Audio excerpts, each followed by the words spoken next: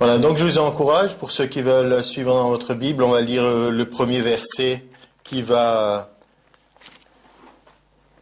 introduire cette prédication et qui se trouve dans 2 Corinthiens 13, 13.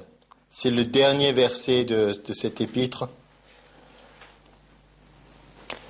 Et donc il est écrit que la grâce du Seigneur Jésus-Christ, l'amour de Dieu et la communion du Saint-Esprit soient avec vous tous.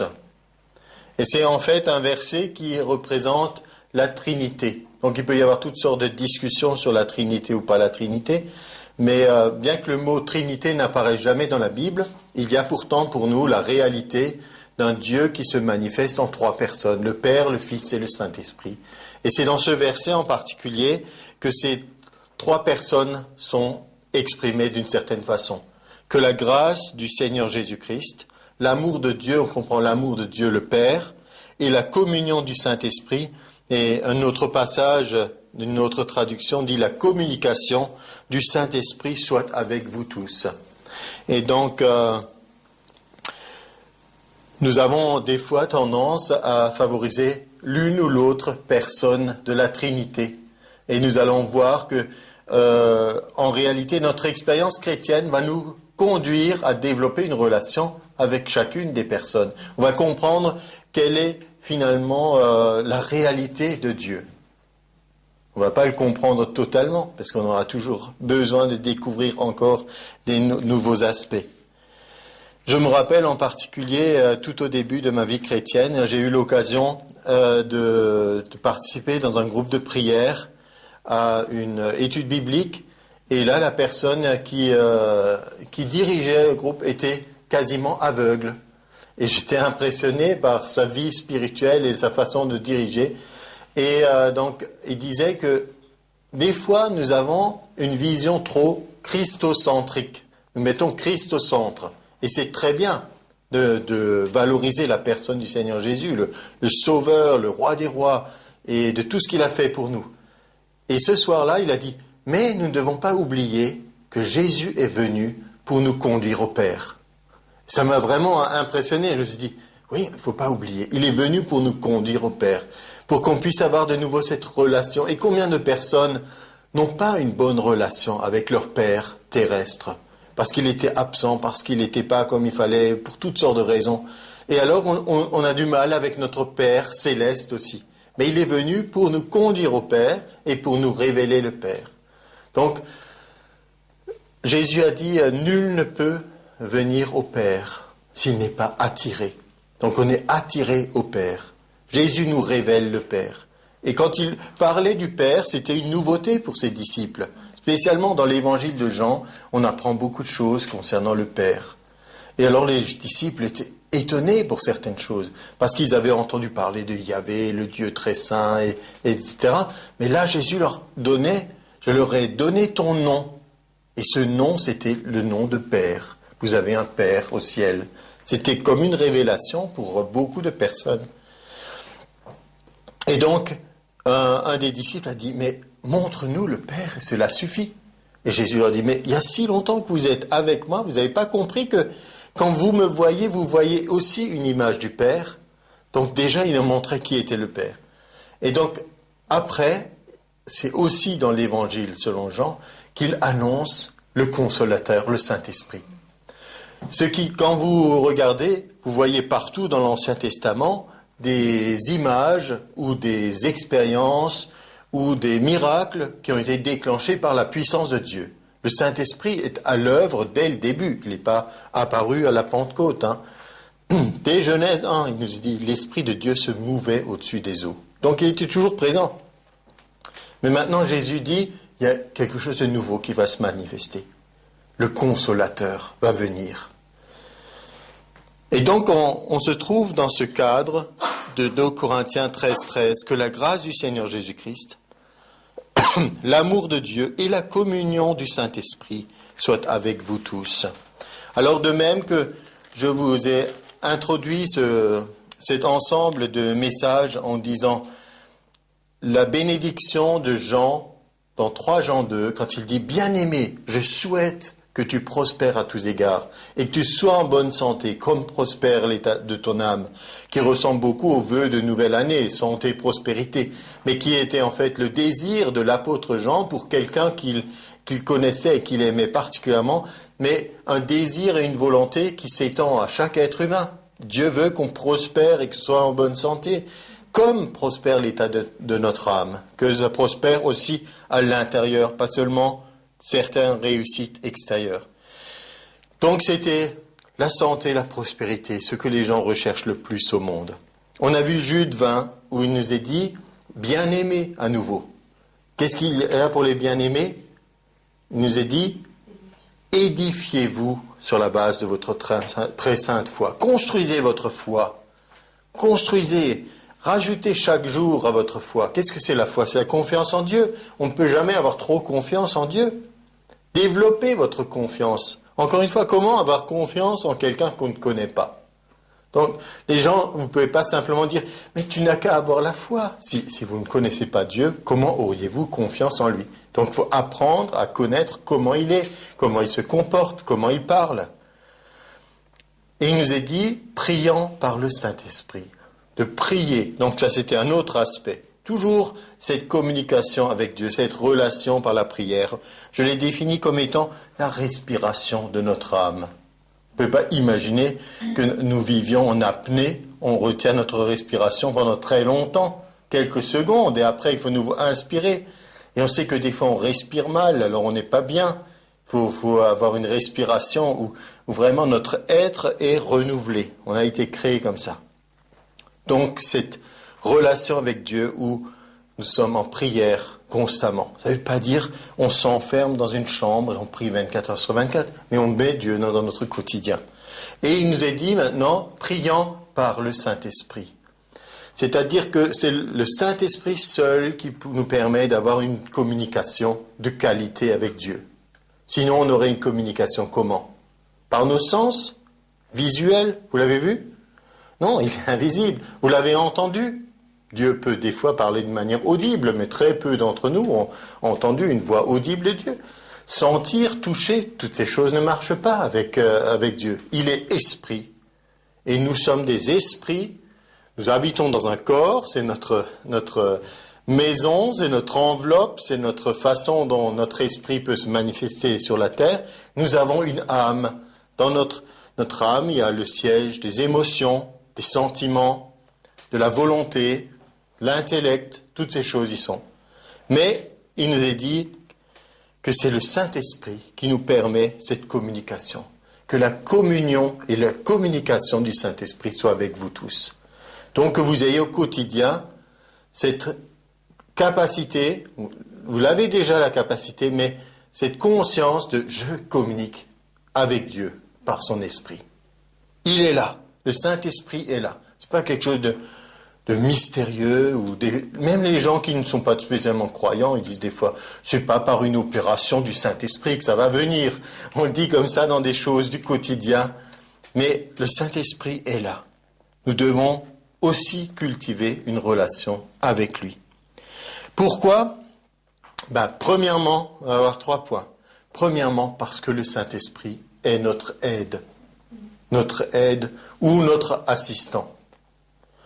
Quand on pense dans le monde du travail, assistant, ça veut dire que ce n'est pas la personne principale. D'accord?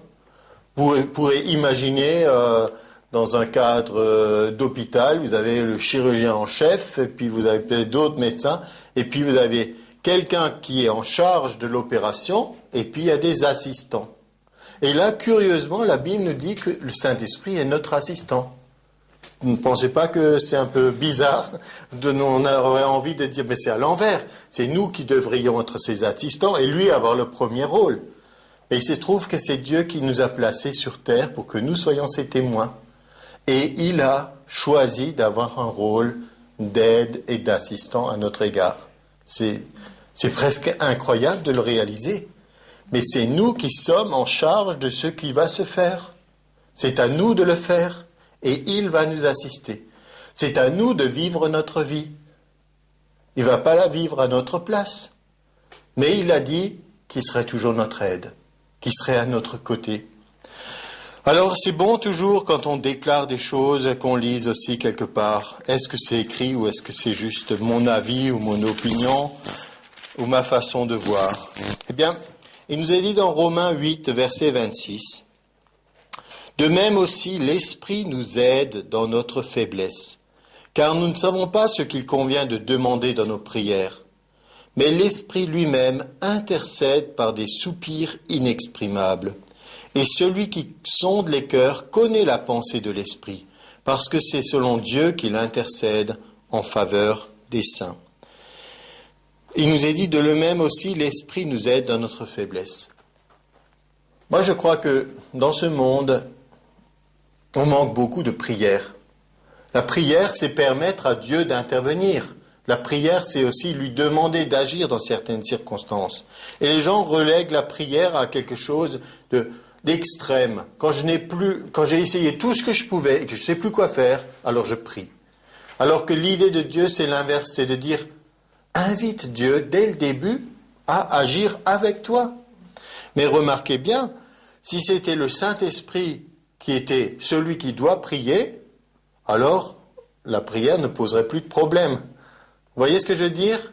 Puisque c'est lui qui le ferait. Mais il ne le fait pas à notre place. Il fait seulement son rôle d'aide à notre côté. Seulement, entre guillemets. Et donc, ici, il nous est dit, nous ne savons pas ce qu'il convient de demander dans nos prières.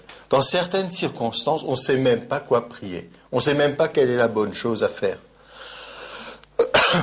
Mais Dieu nous aide et nous aide à comprendre qu'est-ce qu'il convient de demander. Il y a des gens qui disent « Seigneur, fais ceci ou alors fais cela ou encore autre chose ». Et après, ils continuent pour faire humble et disent « Si c'est ta volonté ». Comme ça, tout est réglé. Mais la Bible nous montre bien davantage de dire « Cherche plutôt à comprendre qu'est-ce que Dieu voudrait dans cette situation. » Ensuite, prie dans ce sens et alors le Saint-Esprit vient à notre aide pour nous conduire dans cette direction. Donc il y a des excès, il y a des chrétiens qui disent à la légère tout le temps, Dieu m'a dit ceci, Dieu m'a dit cela, le Saint-Esprit fait ceci, le Saint-Esprit fait cela. Entre guillemets, dans le langage familier, ils le mettent à toutes les sauces. Il est tout le temps, partout, on a l'impression que c'est tellement super spirituel que le Saint-Esprit est tout le temps à leur révéler des choses extraordinaires.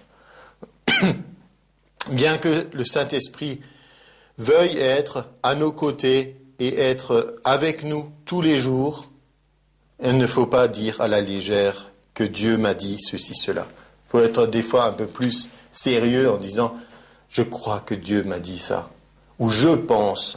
Mettez le « je » à la place, c'est des fois plus prudent, parce qu'après, quand c'est pas la réalité, les gens qui vous ont écouté sont confus, ils disent « mais Dieu a dit ça et pourtant, voilà ce qui se passe. » Je me rappelle d'un exemple, une église où il y avait plus de pasteurs, et puis donc il y avait une réunion de prière, et puis un homme qui était relativement simplet, était un peu limité intellectuellement, et il lui dit « j'ai un sujet de prière pour Dieu ». Alors on lui dit quoi? Comment? On ne peut pas prier pour Dieu, il n'a pas de besoin. Il dit « mais si, Dieu il est confus ». Et il a dit, il y a je ne sais combien de candidats qui ont dit que Dieu leur a dit qu'ils seront le prochain pasteur de cette église. Et alors, comment est-ce possible? Parce que chacun disait, Dieu m'a dit que je serais. Vous voyez? Donc Dieu n'est pas confus. Il ne faut pas lui faire dire ce qu'il n'a pas dit. C'est seulement eux qui le pensaient, qui l'imaginaient. Par contre, j'ai dit un excès où certains disent toujours un peu à la légère ceci, cela. Mais pourquoi pas pour nous imaginer davantage que Dieu soit intéressé par notre quotidien et que le Saint-Esprit soit vraiment celui qu'il est, c'est-à-dire qu'il veut être notre aide. Parce que certaines personnes pensent, mais tu crois vraiment que Dieu veut t'aider dans ton quotidien? Il a peut-être d'autres choses à faire, plus importantes. Mais la bonne chose, c'est que Dieu étant omnipotent, pouvant tout puissant, il peut être à tout moment, partout dans l'univers. Nous pouvons avoir son attention, et il nous est dit même pour les petites choses, il est intéressé. Donc il veut vraiment être notre compagnon. Avec un langage moderne, on dirait « il veut être notre coach ». Parce que ça, c'est quelque chose qui est très actuel et vous avez le coaching pour toutes sortes de choses. Si vous avez des besoins de conseils en entreprise, il y a des consultants, il y a des coachs. Si vous cherchez un emploi, il y a des gens qui vont vous donner des conseils. Si vous voulez perdre du poids, vous pouvez avoir un coaching minceur, vous pouvez avoir des gens de toutes sortes qui vont faire ce travail d'aide, assistant, etc. Et donc, si quelqu'un veut perdre du poids et qu'il a un coach pour mincir, c'est pas le coach qui va perdre du poids et qui va aller dans la salle de sport, faire de la gym ou changer ses habitudes alimentaires. C'est la personne, voyez. Et donc, de la même façon, si vous parlez d'un coach sportif, quelqu'un qui dirige une équipe, c'est pas lui qui est sur le terrain, qui doit marquer les buts, qui doit courir, etc. Il est seulement là pour donner des conseils, pour indiquer une stratégie, pour dire ce qu'il y a à faire. Donc, dans ce sens, il y a des choses dans notre vie, ce n'est pas Dieu qui les fait à notre place. Mais la bonne nouvelle, c'est qu'il se tient à nos côtés. Il est là pour nous aider. Mais il fait quand même un peu plus que de donner des conseils. Et ça, on va le voir dans un instant. Parce que non seulement il donne des conseils, parce que ça aussi, il y a des gens qui donnent des conseils, mais qui ne vous disent pas comment y arriver. Ils disent, t'as qu'à faire ci, faire ça, etc. Un peu comme quand on dit que quelqu'un est en train de se noyer, ce n'est pas le moment de lui donner des conseils de comment apprendre à nager. Là, il faut l'aider concrètement. Donc, il ne faut pas juste de l'extérieur dire simplement ce qu'il y a à faire, mais Dieu fait plus que ça au travers du Saint-Esprit. Il est vraiment avec nous dans ce que nous faisons. Donc, on peut encore se poser une petite question par rapport à notre relation avec le Saint-Esprit. Est-ce qu'il faut lui parler directement, le prier ou non? Mais il n'est pas interdit de parler au Saint-Esprit dans la mesure où c'est une personne de la Trinité. D'accord? Vous pouvez avoir une relation avec le Père, avec le Fils et avec le Saint-Esprit. Mais on ne voit pas dans la Bible non plus que les apôtres étaient en train de prier comme ça. Saint-Esprit vient et fait ceci et fait cela, etc. On voit le cadre biblique tel que la prière se déroule, c'est on adresse des prières au Père dans le nom de Jésus et c'est le Saint-Esprit qui opère les miracles. C'est l'intervention de Dieu, c'est par la puissance du Saint-Esprit. Donc, nous allons nous en tenir à ce que nous voyons dans le cadre de la parole de Dieu. On prie le Père dans le nom de Jésus. Maintenant, j'aimerais voir la deuxième partie, ce serait dans Ézéchiel au chapitre 37, c'est le passage de la vallée des ossements. C'est un passage prophétique. On replace dans le contexte. C'est une prophétie sur une renaissance du peuple d'Israël. Donc, le peuple d'Israël a passé par des hauts et des bas, et la Bible nous dit que toutes les choses qui leur sont arrivées sont comme des exemples pour nous, de choses à imiter ou de choses à éviter. Mais à un moment donné, ça n'allait pas très fort pour le peuple d'Israël. Il y a eu des moments où ils étaient vaincus par des armées ennemies. Il y a des moments où ils étaient déportés. Il y a eu des moments difficiles. Et donc, Dieu parlait par la bouche des prophètes pour réveiller certaines choses. Et voilà ce qui arrive à Ézéchiel. Il dit, « La main de l'Éternel fut sur moi, et l'Éternel me transporta par son esprit, et me déposa dans le milieu d'une vallée remplie d'ossements. Il me fit passer auprès d'eux, tout autour, et voici, ils étaient fort nombreux à la surface de la vallée, et ils étaient complètement secs. » Au-delà de tout l'aspect prophétique, de tout ce qui concerne Israël, je voudrais simplement dire que pour nous, ce que nous allons en retenir aujourd'hui, c'est qu'une vallée d'ossements, ça peut représenter quelque chose qui est mort dans notre vie. Quelque chose où on n'a plus d'espérance, quelque chose qui est cassé. Ça peut être une relation brisée, une vie gâchée, une maladie incurable, une dépression profonde, des choses, on a l'impression, il n'y a plus de possibilités, il n'y a plus de retour possible de la vie. Parce que Nous, on dit un peu à la légère, tant qu'il y a de la vie, il y a de l'espoir. Si vous avez une petite maladie de quelque chose, vous espérez que ça va s'arranger. Mais s'il y a un diagnostic du médecin en disant vous n'avez plus que quelques jours, quelques semaines, etc., c'est autre chose. Si vous pensez qu'il y a quelque chose qui a été trop loin dans une relation et maintenant c'est terminé, il ne se passe plus rien, pas possible de pardonner, ou d'autres choses comme ça. Donc, ici, il nous est dit que l'Esprit de Dieu, qui, je vous rappelle, veut être notre aide, nous transporte dans cet endroit. Il ne veut pas que ce soit un endroit d'échec. Il ne veut pas que ce soit le cimetière terminé. Il dit, même là, il dit, Fils de l'homme, ces os pourront-ils revivre? Il dit, qu'est-ce que tu penses de cette situation? Est-ce que tu crois qu'il y a encore quelque chose à faire? Le prophète répond prudemment, il dit pas oui ou non. Il dit, Éternel, tu le sais. Il ne se prononce pas. Mais pourtant, on peut dire, Dieu lui tend la perche. Il dit, est-ce que tu crois que c'est encore possible? Il dit, tu le sais. Alors, on ne rentre pas dans les détails. Et dit, prophétise sur ces eaux. Et dis-leur, parle sur cette situation.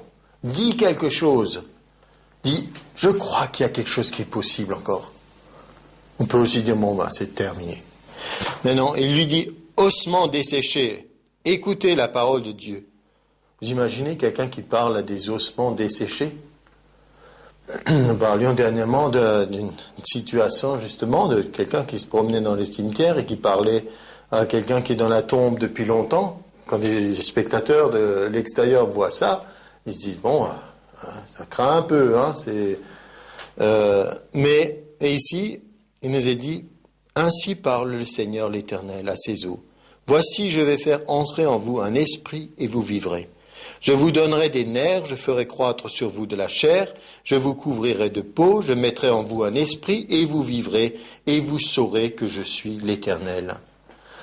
C'est un peu comme le piège que voulaient tendre les Sadducéens à Jésus. Et on dit, voilà, on a une histoire pour toi, Jésus. On aimerait savoir ce que tu penses. Un homme, était marié, et puis en fait, il est mort, et la femme, elle a eu un autre mari, etc., jusqu'à 7 fois. Et il dit, mais à la résurrection des morts, elle sera la femme de qui? Donc c'était la bonne question. Et Jésus leur dit, vous êtes grandement dans l'erreur parce que vous ne comprenez pas la puissance de Dieu. La puissance de Dieu, c'est que Dieu est le Dieu des vivants et non des morts. Et pour lui, il dit, tous sont vivants. Tous les êtres qui ont été sur terre restent des esprits qui sont vivants devant Dieu. Et donc ici aussi, Dieu est celui qui explique que même si on a l'impression qu'une situation s'est terminée, qu'on ne peut plus rien faire, eh bien, lui peut encore, parce qu'il est l'Éternel. Il peut redonner vie à une situation difficile. Donc on ne rentre pas dans l'interprétation maintenant d'Israël et de tout le reste. Juste rappelez-vous que l'Esprit de Dieu peut nous saisir dans une certaine situation, peut nous amener à parler sur des choses et peut redonner vie à quelque chose qu'on ne croyait pas possible. La même question était celle de Marie quand, dans Luc 1, l'ange Gabriel est venu pour faire l'annonciation. Voilà, tu seras enceinte, tu auras un fils, tu l'appelleras Jésus, il sera appelé fils du Très-Haut. Le Seigneur Dieu lui donnera le trône de David son père, etc. Et donc Marie dit, comment cela se fera-t-il? Comment est-ce possible? Comment une jeune fille peut avoir un enfant sans avoir d'homme, de mari? Et l'ange lui répond, le Saint-Esprit viendra sur toi. La puissance du Très-Haut te couvrira de son ombre.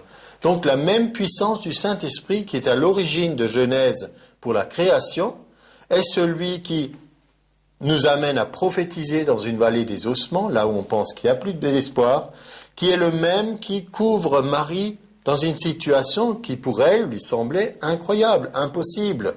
Et dit, mais c'est comme ça que ça se passera. Je ne t'explique pas exactement comment ça va se passer, mais je te dis simplement, quand le Saint-Esprit vient, la puissance du Très-Haut te couvrira de son ombre, et nous savons que l'ombre, ce n'est pas simplement ce phénomène physique où la lumière a un obstacle et il y a de l'ombre. C'est plus que ça. C'est ce qui accompagne le Saint-Esprit. Dans une étude plus longue, on pourrait dire c'est l'onction, c'est ce que certains dans l'occultisme appelleraient peut-être l'aura, le rayonnement. Mais il y a une réalité d'une action de l'Esprit. Et cet Esprit, c'est le Saint-Esprit, c'est un esprit de vie qui est capable de donner la vie là où il y avait la mort. Et donc le troisième point dans cette vallée des ossements, c'était une situation d'impossibilité, une deuxième situation, celle de Marie, et la troisième, l'importance de prophétiser. Prophétiser, c'est parler de la part de Dieu. Les gens pensent toujours prophétie, c'est annoncer l'avenir, comme un peu une voyante ou quelqu'un qui ferait de la divination.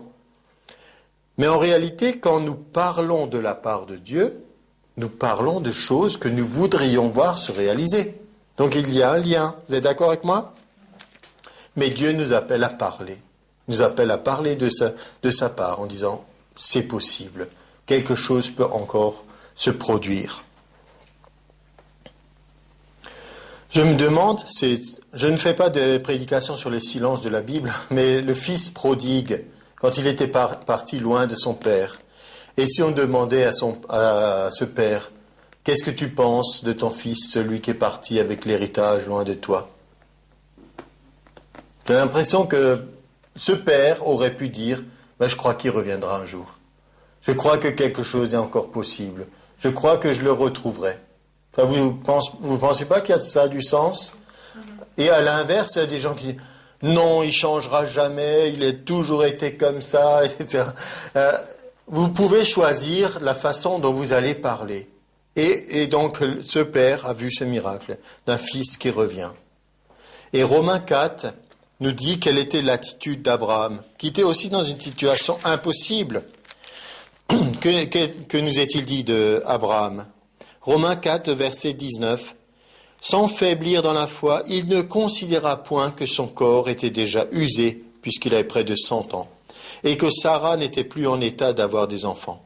Et il nous est dit, il ne douta pas par incrédulité au sujet de la promesse de Dieu, mais il fut fortifié par la foi, donnant gloire à Dieu, ayant la pleine conviction que ce qu'il promet, il peut aussi l'accomplir. » Et donc c'est comme ça qu'ils ont eu cet enfant de la promesse, Isaac, alors que dans le naturel, plus rien n'était possible. Il avait 100 ans, sa femme n'était plus en état d'avoir des enfants, mais il y avait la promesse de Dieu. Et il nous est dit qu'Abraham était considéré comme le père de la foi, celui qui a montré l'exemple. Il a continué de croire que Dieu peut le faire.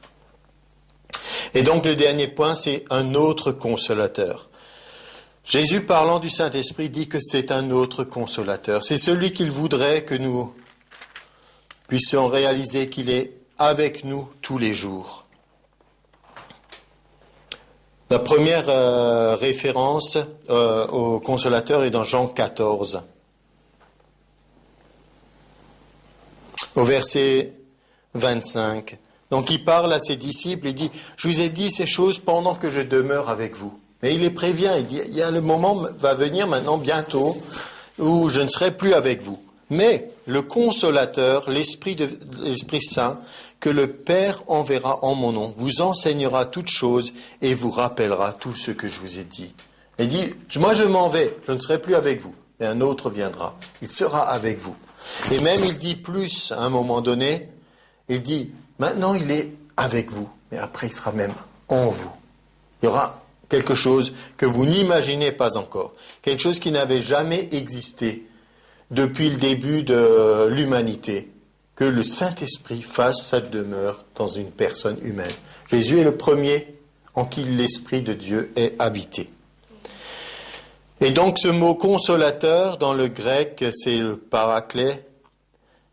Et donc il y a plusieurs significations. Ça peut vouloir dire un aide, un consolateur, un avocat, celui qui se tient avec vous, celui qui vous fortifie, toutes les significations possibles de ce mot. Donc chaque fois, il annonce, il y aura un consolateur, et voilà ce qu'il va faire. Alors qu'est-ce qu'il fait ici? Le consolateur, il viendra et il vous enseignera. Le consolateur viendra et il vous rappellera ce que je vous ai dit. Au chapitre 15, verset 26, il dit « Quand sera venu le Consolateur que je vous enverrai de la part du Père, l'Esprit de vérité qui vient du Père, il rendra témoignage de moi. » Et donc il dit « Et vous aussi vous rendrez témoignage, parce que vous êtes avec moi dès le commencement. » Donc il dit à ses disciples « Vous serez capables de rendre témoignage, parce que le Saint-Esprit rendra témoignage de moi. » Et en Jean 16, il nous est dit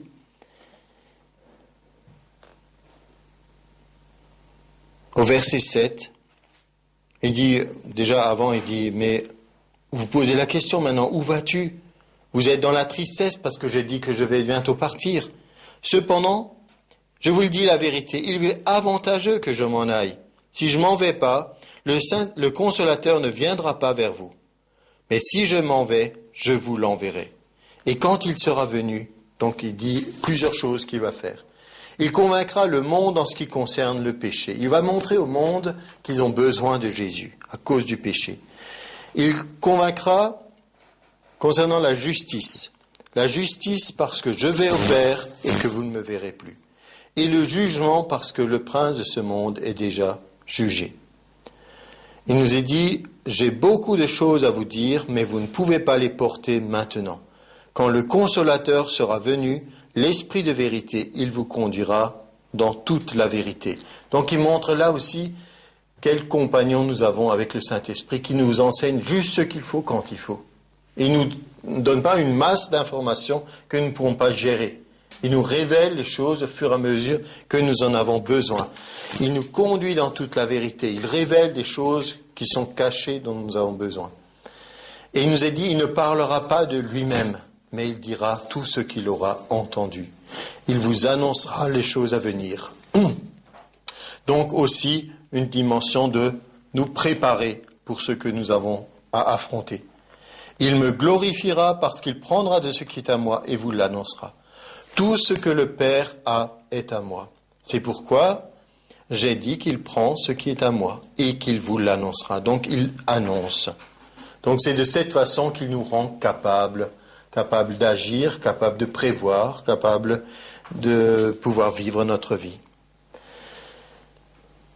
Donc réalisons quelle grâce Dieu nous a fait d'avoir ce compagnon au quotidien. Je vous rappelle le verset du début, il nous est dit que la communication du Saint-Esprit soit avec vous. Développez cette relation avec le Saint-Esprit chaque jour.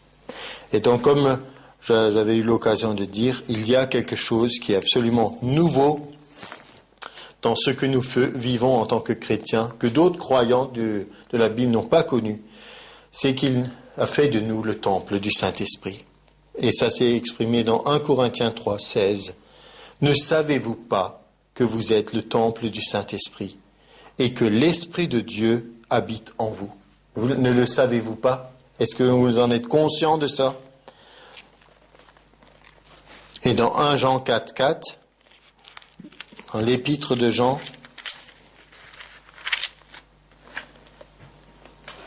il nous est dit, « Celui qui est en vous est plus grand que celui qui est dans le monde. » Dans ce que nous devons vivre dans le quotidien, Jésus avait dit, vous aurez des tribulations, vous aurez des moments difficiles, mais prenez courage parce que j'ai vaincu le monde.